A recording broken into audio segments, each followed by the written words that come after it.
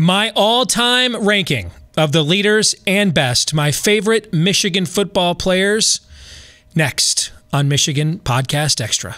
But there's going to be one team that's going to play solely as a team. No man is more important than the team. No coach is more important than the team. The team, the team, the team. Looks deep for Anthony Clark. Waits for it. Hit. Caught. This is no time for that. In the pocket and a sack. Tim Jamison. Brady gets terrific. Throws it and a touchdown. Knight again. Schultz just before Brazil got him. And a leaping interception by Woodson. Harbaugh back to throw over the middle. Caught by Collier at the 5 on his feet. Touchdown, Michigan. On its way. It's good. He's 5'7", 179 pounds, a junior at Michigan. But Jamie Morris packs a wallop, and he delivers for Bo Schembechler. And here's your first play. Pressure coming. Sack. It is Glenn Steele, number 81, who fought his way through the traffic. Option. And Robinson calls his own number, and he's going to score. Oh, an easy touchdown for Ron Robinson and Michigan. The MVP in today's ball game. You want to know who it is? I'm standing alongside his proud daddy, quarterback Brian Griese of Michigan.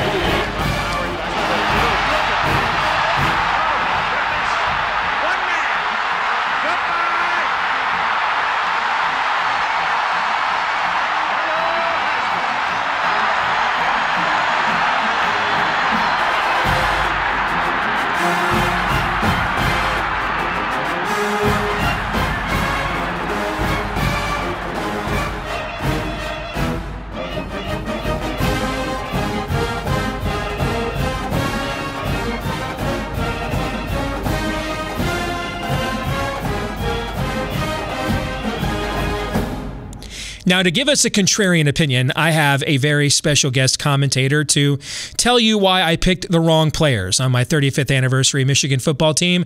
Our good friend Michael Spath is with us from WTKA in Ann Arbor. How are you, Michael? I'm good, and I don't know why you're assuming that every opinion is going to be contrarian. I actually think your list is about 70% good. Oh, so I'm a C student. We're off to a great start. We're ready to go. All right, here we go. Let's unveil my all-time Michigan fan offense since 1983, and we begin at quarterback. And who else could I have picked other than the first Michigan quarterback to ever throw a touchdown pass in the NFL, to ever be a first-round pick in the NFL, third in the Heisman Trophy balloting as a senior. He led the nation in passing efficiency as a junior. The famous guarantee, his junior year, Michigan rebounded to finish number 2 in the country. Our current head coach, Jim Harbaugh, is my quarterback, Michael Spath. You know what? I don't have much of a disagreement with this. I think when you look at the other candidates, as long as you're doing this based off of what they achieved at Michigan for the most part, Tom Brady's eliminated from the conversation.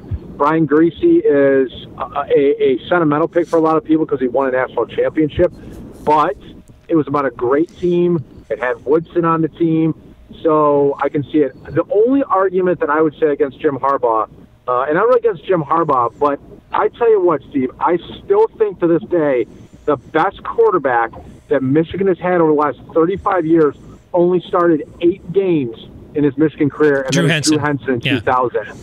And he's the most talented. You look at his numbers that he put up in an 8-game stretch in 2000, and they are, if you put them over the course of a full season, it blows every single season passing record out of the water. But because he only played for 8 games, because he left early, I think Jim Harbaugh makes a lot of sense. At tailback, this was a tough one because over the course of 35 years, I've watched 3 different Wolverines set the career rushing record. Jamie Morris, who I loved watching playing with Jimmy back in the day, and then Anthony Thomas, and then Mike Hart. But I went with the guy that I thought if I had to line up against him, was the toughest to stop. A rare combination of speed and power, who I think would have set a lot of rushing records that would have never been touched at Michigan if not being slowed by some injuries, and it gave one of the most sensational individual performances of all time in the 1993 Rose Bowl, Tyrone Wheatley. Yeah, I really think when you look at running backs, it's a personal preference choice, isn't it, Steve? Because everybody has their favorite running back. And that's maybe the one thing that, even though there's been this 10-year purgatory that Michigan fans have lived in, we've been very fortunate to watch great running backs seemingly every year, whether it's Mike Hart or A-Train or Tyrone Wheatley, Tamunga Biaka-Batuka, Chris Perry, Chris Howard. You can go on and on down the list, and hopefully now Karan Higdon. I personally, my favorite player of all time is Tamunga Biaka-Batuka, but when you look at what Tyrone Wheatley's package was, the speed, the strength, the ability to catch the ball out of the backfield, the home run, he's a really good pick. So kudos, I give you a thumbs up for Tyrone Wheatley. We got to have a fullback or the ghost of Bo will come back to haunt us. So I went with the guy that I just kind of thought physically was the total package. He could truck you. He could destroy you as a lead blocker in the hole. He also could catch the ball. I went with Chris Floyd from the late 1990s. This is one of the ones I 100% agree with. He would have been my pick. You're right. I mean, he is the benchmark for the bodyguard for quarterbacks. You want a Chris Floyd out there every single year, because whoever that linebacker is that's blitzing, or that safety that's blitzing, he has another thing coming when he meets Chris Floyd in that hole. Chris Floyd would not ever give up an inch, and in fact, he made you feel it every single time. And he's a better runner and a better receiver than he ever got credit for, too. Big time. Agree with Chris Floyd. You look at tight end, this has been a position where, again, Michigan's had a lot of great players over the last 35 years, but I don't think anybody has the body of work in terms of big catches as Jeremy Tooman. So he is my all 35th anniversary fan tight end. Okay. So I think at the tight end position, you've got some like running back. I think there's some people that love Jay Remersma. You've got Jeremy Tooman. You've got Aaron Shea, who's a little bit of a hybrid. You've got Jake Butt, Benny Jopru, Kevin Koger. There's a list of guys. There's going to be a list of guys for every single one here. But Jeremy Tooman, you go back to 1997 season, and in a year where your number one wide receiver, the guy that caught the most balls, was actually a running back in Chris Howard. You needed one person that Brian Griese could 100% have confidence in. And the tight end waggle, every time that they need a big play, the ball went to Jeremy Tooman. You can't argue with his results. I know Jake Butt ended up putting up bigger numbers, but I would still take Jeremy Tooman over Jake Butt any day. When you look at the wide receivers, and I think people forget how great this position has been for Michigan, really even before Anthony Carter. Ralph Clayton was a great player at Michigan. Anthony Carter is a 3-time All-American. I still think he's the last Big Ten player to be a 3-time consensus All-American. But that predates when I became a fan. So you go back to 1983, and there's a ton of players there as well. But I think you have to begin with the guy who I think set the standard, the Biletnikoff winner, Braylon Edwards. Without a doubt. He's a dominant wide receiver in my lifetime. You can talk about other guys, and I know that you've got another person on this list, and guys that had their moments, and I'm a big fan of Jason Avant, and I like Mario Manningham, and Mercury Hayes, and Amani Toomer, but physically, no one has ever been what Braylon Edwards was. Not just the go up and get the ball type of catches, but the speed, the ability to adjust to the ball in the air and hit another gear. I know a lot of people, I think they get a little confused with his time in the NFL and talk about how he was a big play guy, but he dropped a lot of the routine balls. But if you go back at Michigan, he rarely dropped a routine pass at Michigan. He moved the chains. He had 3 1,000-yard seasons. I believe he and Anthony Carter, the only two wide receivers ever have 3 1,000-yard seasons at Michigan. 100% agree with this pick. You could argue the most dominant game a Michigan wide receiver has ever played was that game he had, the triple overtime win over Michigan State in 2004. But the most dominant season, maybe, any Michigan wide receivers ever had, and as much of a dominant season as any wide receiver has had in recent college football history, was Desmond Howard's junior year in 1991 when, as Sports Illustrated called it, he was a runaway for the Heisman Trophy. He's my other wide receiver on my all 35th anniversary team, Michael Spath. And you know what? I love Desmond, and I certainly, I understand your pick. There are other great wide receivers out there, David Terrell and Marquise Walker.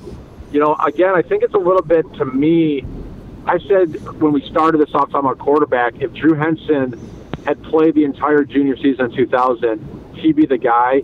And I think the same thing in 2006 with Mario Manningham. Mario Manningham, if you remember, got off to that amazing start against Notre Dame, Penn State, Michigan State, got hurt against Michigan State, missed a couple of games, was never quite the same player when he came back. But as it turns out, he did get hurt, and he didn't get to have a full season. And so, yeah, when you look at dominant numbers, Desmond Howard, 19 touchdowns in 1991 en route to the Heisman Trophy. He certainly is a guy that caught everything thrown his way, and without him, that 1991 team would not have achieved anywhere near the level because they didn't have a great number 2 wide receiver in that particular year. So completely agree with Desmond Howard as your number 2 wide out. Now we look at the offensive line. We will start a tackle with really Mr. Wolverine, John Jansen, one of the most enduring, successful, winningest players in the history of Michigan football. This was a tough call. And we'll have another great tackle coming up here in just a few minutes. But your thoughts on John Jansen? Love him. Love that. Love John Jansen. I love the person that he has become in the last couple of years, too. He's really been a solid voice for commentary on Michigan athletics and Michigan football. Obviously, he doesn't shy away from telling you like it is. He doesn't shy away from talking about the disappointment of the offensive line. And he's a guy that can speak it because he walked it. I mean, this is four-time starter, 4-year starter, 2-time captain, as you mentioned, 2-time All-American. Yeah, I think this is the guy that you want on the right side of your offensive line. He just did everything you asked of him, and he did it at a high level. I would bet you if we went back and had the numbers from Pro Football Focus, his grading out, he probably graded out 95% or better all 4 seasons he was at Michigan. If our first guard is arguably the most dominant offensive lineman, regardless of position, over the last 35 years at Michigan. Steve Hutchinson, who I think when this is said and done will be both a college and pro football Hall of Famer. I agree with you. Right now he's nominated for the College Football Hall of Fame. I think he's got to wait another year before he can be nominated for the NFL Hall of Fame. We talked about it on my radio show on Tuesday. To me, he's the best offensive lineman in the last 25 years for Michigan athletics. I think he's probably in the top 10 conversation all time among offensive linemen, and he might be in the top 10 conversation among all offensive players. This is the guy you wanted to run behind every single time. We miss him. We need more Steve Hutchinsons. At center, a guy that has become pretty popular as a former player, was a former first-round draft pick in the NFL. But to me, the legacy Steve Everett left behind, there's one note that put him over guys that won Remington Awards, like David Boss and Dave Molk. When you break your jaw and you finish a block on a broken jaw against Notre Dame, and then you come back and play that exact same season, that gave him the tiebreaker for me, Michael Spath. Yeah, it's everybody I talked to from that era, and I'm friends with Doug Skeen, who played as his guard on those teams in the early 90s, will just go to bat for Steve Everett. Again, it's another pick where I think you've done a good job. The only 2 other candidates that I would throw out there would be David Moak and David Boss. David Boss, I'm a little partial to. He was an All-American guard, 2-time All-Big Ten first-team performer at left guard, moved to center his senior season, and was the Remington Award winner as a senior, which was the best center in college football.